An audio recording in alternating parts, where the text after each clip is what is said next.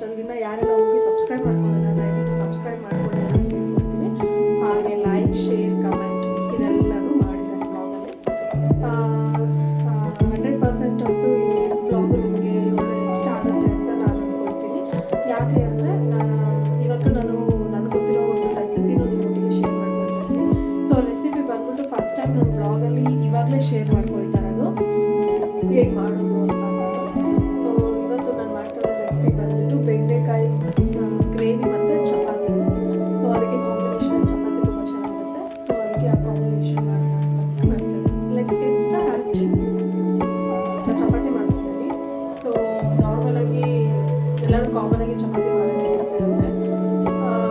ನಾನು ಒಂದು 5ರಿಂದ 6 ಕಪ್ಪಷ್ಟು ಗೋಧಿ ಹಿಟ್ಟನ್ನ ತೊಗೊಂಡು ಚಪಾತಿ ಮಾಡ್ಕೊಳ್ತೀನಿ. ಅಂದರೆ ನನಗೆ ಎಷ್ಟು ಕನ್ಸಿಸ್ಟೆನ್ಸಿ ಬೇಕು ಅನ್ನೋದು, ನಿಮ್ಗೆ ಯಾವ ಥರ ಕನ್ಸಿಸ್ಟೆನ್ಸಿ ಬೇಕೋ ನೀವು ಅದ್ರಲ್ಲಿ ಮಾಡ್ಕೊಬೋದು. ಸೊ ಚಪಾತಿ ಹಿಟ್ಟು ಕಲಿಸ್ಕೊಂಡೆ. ಸೊ ಪಟ ಅಂತ ಇವಾಗ ಬೇಗ ಮುಗಿಸ್ಬೇಕಲ್ಲ. So let's get start.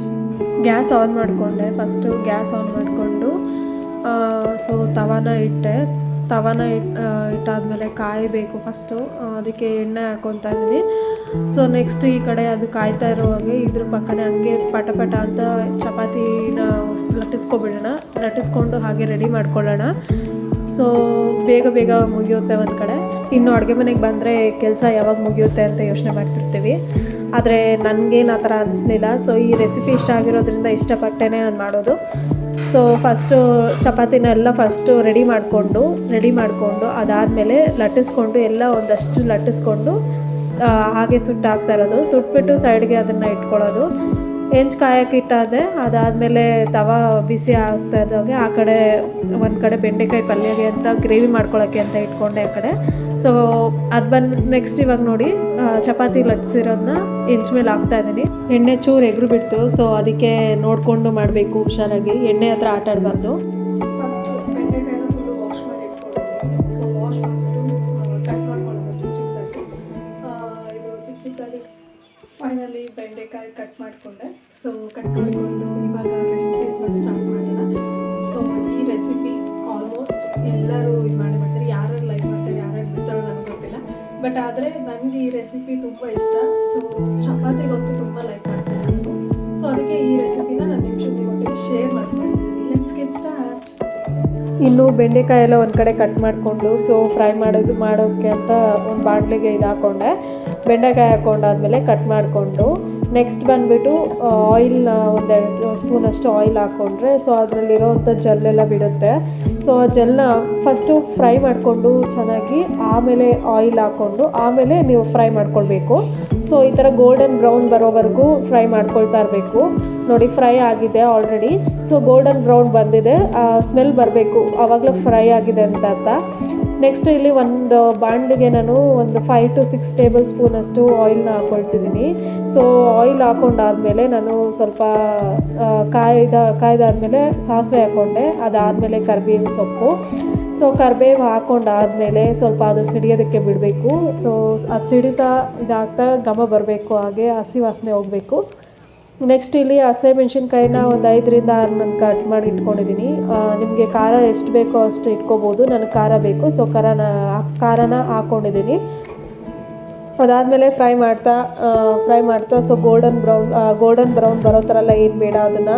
So ಹಸಿ ವಾಸನೆ ಹೋಗಬೇಕು. ಹಸಿ ವಾಸನೆ ಹೋಗ್ತಾ ನೆಕ್ಸ್ಟ್ ಕೊತ್ತಂಬರಿನ ಹಾಕ್ಕೊಳ್ತಿದ್ದೀನಿ.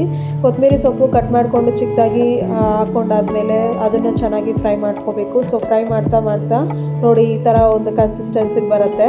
ಸೊ ಕನ್ಸಿಸ್ಟೆನ್ಸಿಗೆ ಬರ್ತಾ ಅದು ಘಮ ಬರಬೇಕು. ನೆಕ್ಸ್ಟು ನಾನು 1 ಕಪ್ ಆಗೋಷ್ಟು ಈರುಳ್ಳಿ ದೊಡ್ಡದಾಗಿ ಹಚ್ಚಿಟ್ಕೊಂಡು ಈರುಳ್ಳಿನ ಹಾಕ್ಕೊಳ್ತಿದ್ದೀನಿ 1 ಕಪ್ಪು. ಸೊ ಅದನ್ನು ಅಷ್ಟೇ ಚೆನ್ನಾಗಿ ಫ್ರೈ ಮಾಡ್ಕೊಳ್ಳಿ ಗೋಲ್ಡನ್ ಬ್ರೌನ್ ಬರೋವರೆಗೂ. ಸೊ ನೀವು ಬೇಕು ಅಂದರೆ ಸಾಲ್ಟ್ ಆ್ಯಡ್ ಮಾಡ್ಕೋಬೋದು, ಯಾಕಂದರೆ ಬೇಗ ಫ್ರೈ ಆಗುತ್ತೆ. ನೆಕ್ಸ್ಟ್ ಬಂದ್ಬಿಟ್ಟು ಇಲ್ಲಿ ಒಂದು ಅರ್ಧ ಕಪ್ ಆಗೋಷ್ಟು ನಾನು ಟೊಮೊಟೊನ ತೊಗೊಂಡಿದ್ದೀನಿ. ಟೊಮೊಟೊ ಕಟ್ ಮಾಡಿ ಇಟ್ಕೊಂಡು ಇಲ್ಲಿ ಟೊಮೊಟೊನ ಹಾಕ್ತಾಯಿದ್ದೀನಿ. ಸೊ ಟೊಮೊಟೊನೂ ಅಷ್ಟೇ ಇದೆಲ್ಲ ಫ್ರೈ ಆದಮೇಲೆ ನೀವು ಒಂದೊಂದಾಗಿ ಫ್ರೈ ಮಾಡ್ತಾ ಬಂದರೆ ಸೊ ನಿಮಗೆ ಆವಾಗ ಲಾಸ್ಟಲ್ಲಿ ಬೇಯೋದಕ್ಕೆ ಇದಾಗುತ್ತೆ. ನೆಕ್ಸ್ಟ್ ಹುರಿದು ಇಟ್ಕೊಂಡಿರೋಂಥ ಬೆಂಡೆಕಾಯಿ ರೆಡಿಯಾಗಿರೋಂಥದ್ದನ್ನ ಫ್ರೈ ಮಾಡಿರೋದನ್ನ ಹಾಕ್ಕೊಳ್ತಾ ಇದ್ದೀನಿ ಬಾಣಲಿಗೆ. ಸೊ ಬಾಣಲಿಗೆ ಹಾಕ್ಕೊಂಡು ಆದಮೇಲೆ ಚೆನ್ನಾಗಿ ಅದನ್ನು ಮಿಕ್ಸ್ ಮಾಡ್ತಾಯಿದ್ದೀನಿ. ಅದು ಫುಲ್ಲು ಹೊಂದ್ಕೋಬೇಕು.